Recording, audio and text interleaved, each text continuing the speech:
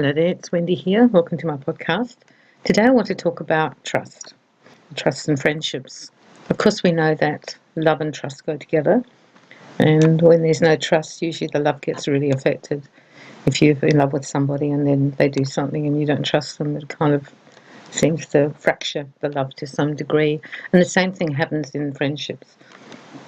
So if you're in a friendship and you trust your friend and then they do something which breaks the trust, then your relationship will become a little shaky.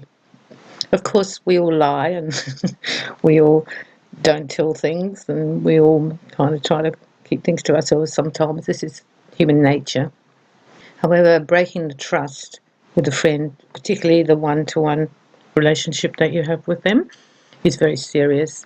And it's something that not everyone can come back from. You might be a person who's quite forgiving, and you'll give other people another chance, and they say, well, they're sorry, and sometimes they don't even say they're sorry, but you give them another chance. However, in some things, the trust, once broken, it's never quite the same. It's like you're patching it up, but it's never quite the same. And it all depends what the trust issue was about. If it's small, that they said that they'd do something for you and then didn't do it, and you trusted they'd do it, and then when you asked them, they jumped all over the shop about it. But that's a little one. But if they did something really big, that was a really big trust issue, then you might have to look at that quite seriously. Once you've lost the trust in the friendship, it will be a little damaged. That's the truth of it. And the only way that it comes back is that the person tells you that they'll never lie to you again, or they'll never mislead you or be deceitful.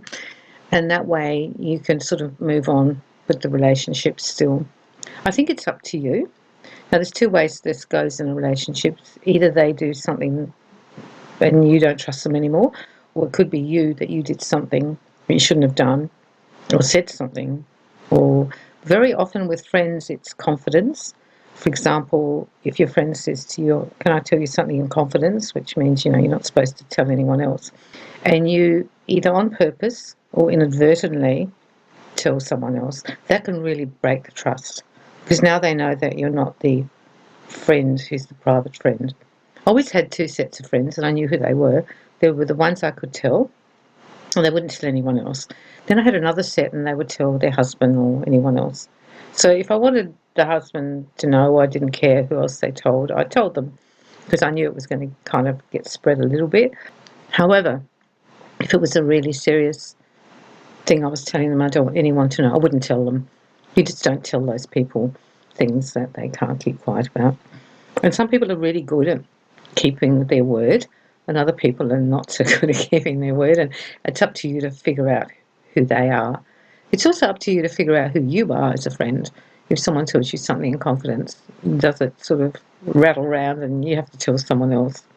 Now, there is a situation where, of course, someone might tell you something in confidence that is so serious that someone's life could be in danger, or they could be in danger, and then keeping the secret is quite a different thing, and you have to really work around that one and see what you think.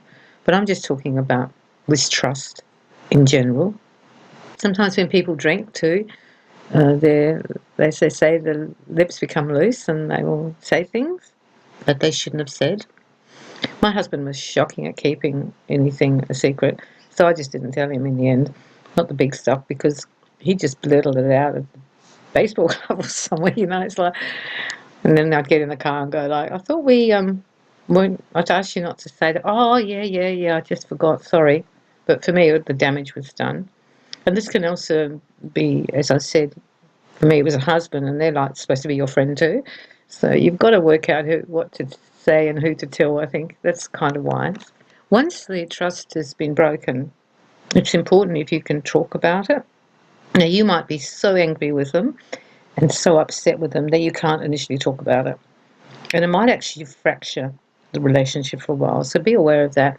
You could be having a little bit of time out here, because you have to let go of all of that and you have to process it. Remember, they're the one who lied about it, so it's easy for them in a way, whereas you're the one who's just hearing the news now of what they did or who they told. Then you have to decide whether you want to be friends with that person in the future, because you can still be friends with them, but then you have a rule where you don't tell them anything that you wouldn't tell everyone on Facebook, basically. That's how your new rule is. And so if you abide by that, you could maybe be friends still. However, if the trust that has been broken is too severe, I think timeout's a really good idea. It's not a timeout like you're punishing them, it's just you need to figure out how you feel about it, whether you want to continue with the relationship, whether it's worth it, you think it's worth it. And some friendships and relationships are so great, it is kind of worth it to see if you can mend it. If you're the person who's been the one who wasn't trustworthy, then you might have to look at yourself. If you can't keep secrets, you have to tell them, I can't keep secrets. You have to just be honest about it, like, I'm really bad, I can't keep secrets. Do not tell me anything because I just can't do it. It's not something I do well. And then you need to make them aware of that. Sometimes we really need to offload. We need to tell somebody something. We need to confide in them. And that's when you're vulnerable, actually, as a friend. If you've got one of the blabbers, the people who blab and tell everyone else, you're vulnerable. You're better off holding your counsel, be quiet, and even just ring someone else or talk to someone else who you do trust. It's just better because they'll just do something and that will actually wreck the relationship. So this way of handling it, which is don't tell them. If you can't trust them, you don't feel they can, do not tell them. I found that worked really well for me. I had some really serious things happen in my life which were kind of confidential in the sense you didn't want to talk about it at the coffee table when you were out. And I had a few friends who I could speak to who never said anything. And as the friendships grew, that part I always knew was there, and it was like really good because I always knew if I could go and one of my friends was called Margaret, and I could tell her, and she wouldn't blab it to everyone else. She wouldn't tell her husband nothing, and it really helped me. And I've tried to be that person too. It can actually work against you if you're in a relationship with someone else and you don't tell them something. They can get cranky with you because, well, why didn't you tell me they were getting divorced? He told you 6 months ago, and when you say, well, he told me it was a secret and he didn't want me to tell anyone, so I didn't. But that can actually make problems in your relationship with your partner. Be aware of that one, who you put your allegiance or where you put your allegiance to. The trust is really, really important once you don't trust them. And also that can come into other areas. You don't trust that they won't hurt you. Because some people will say hurtful, mean things. Some people will maybe make fun of you when you're out with other friends and you lose the trust in them.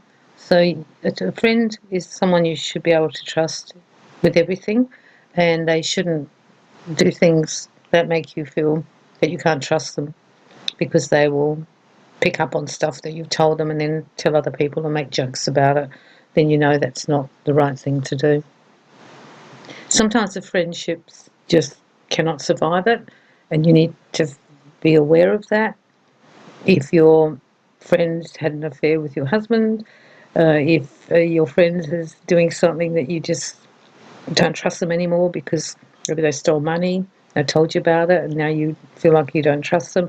Some of these things are big things, and you have to work out where your line is, where your boundaries are, and you can work that out.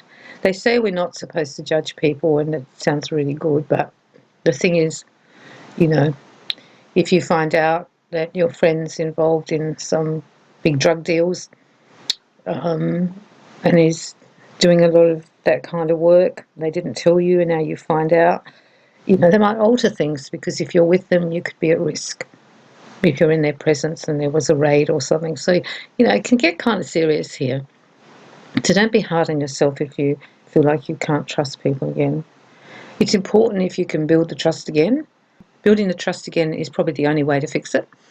And the person has to be on their, I suppose, good behaviour and not do that again. And some people are quite capable of doing that because we're just human and we always make mistakes, and sometimes we forget they said it was in confidence. It's all that kind of stuff. You've got to give people a little bit of leeway in your friendship because that's what friendships do. But if you start losing trust in your friend and trust in what they're saying or doing with you, then you really need to look at it and step away and have a think about it and decide whether you want to step back in. I feel the trust thing's really important. Once you don't trust them, it sort of all goes bad, I think. And also, you can have this where being with someone and then your life takes a turn for the worse, and then they basically dump you for a while until things get back to normal, and then they want to come back in, and then you lose the trust of them as a friend. So be aware of that one as well. People will be there for the good times, but not always be there for the bad times. So you can't trust that they're going to remain your friend throughout it. I think it's always good to give people another chance, but some areas are pretty serious, so you have to really think about that, whether it puts you at risk as well, or your family. Good luck with the love and the trust and the friendship, because they all go hand in hand. But have a look at the trust and start thinking about your friends and who you actually do trust. You'll find they'll be sort of in groups. It's the ones that you can tell something to or you can depend on, or they keep a promise. They're the keepers, aren't they? Have a nice week. I hope you get to be with some of your friends this week and enjoy their company. Sending you lots of love.